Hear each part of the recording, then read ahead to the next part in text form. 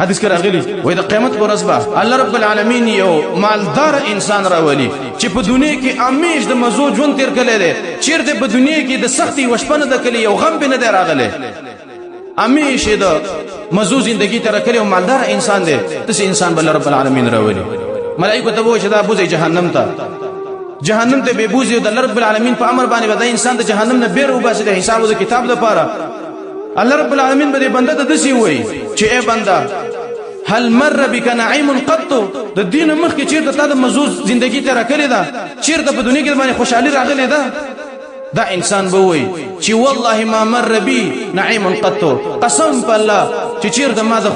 خوشحالي زندگی نه تیر کړی چیرته په ما باندې د نعمت نه دی شوی چیرته ما د خوشحالي زندگی نه تیر کړی وجه څه ده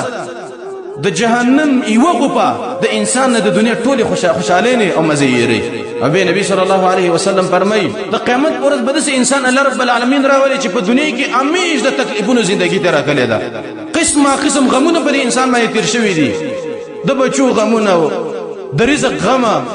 د ګناونو غم قسم غمونه په دې انسان باندې په دنیا کې تیر شوی دي چیرته یو شپه د آرام نه ده کړی د انسان برا وسلی شي الله رب العالمین و ملائکه ته دا انسان جنت ته بوزي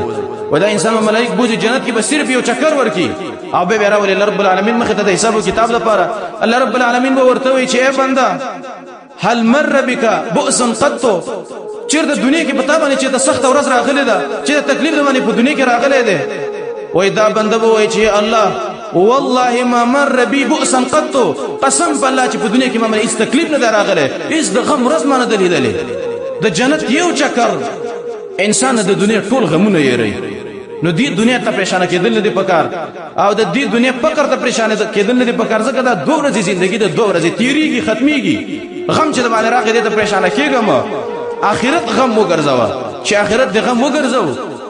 دنیا 2 ورځې ژوندۍ ده او تابانه با الله رب العالمین بل من احسانات وکي او جنت بل درکې نو انسان له پکارداري مسلمان له پکارداري مؤمن له چې د ایمان دعوی کوي چې د خپل نظر په آخرت باندې وګرځي او د دنیا نه تیر شي دنیا 2 ورځې ژوندۍ ده انسان په پویګم نه تاسو اکثر د سپینګورو نه تاسو کوي دی بتا وای چې 2 ورځې ژوندۍ ده بيخي په انسان پیږي نه تاسو په خپل تیر ژوندۍ باندې سوچ وکړئ د چابا 10 کاله عمر د چابا 40 کاله د انسان ته یو ورځ نه معلومیږي چې ما یو ورځ په دې دنیا کې اند تیر کړي دا کارنګي کې مصیبت ده چې صرف 30 بسیر شه خو لیکن همت دې په پکار عقیده نه دي خرابول پکار عقیده په رب العالمین باندې جوړول پکار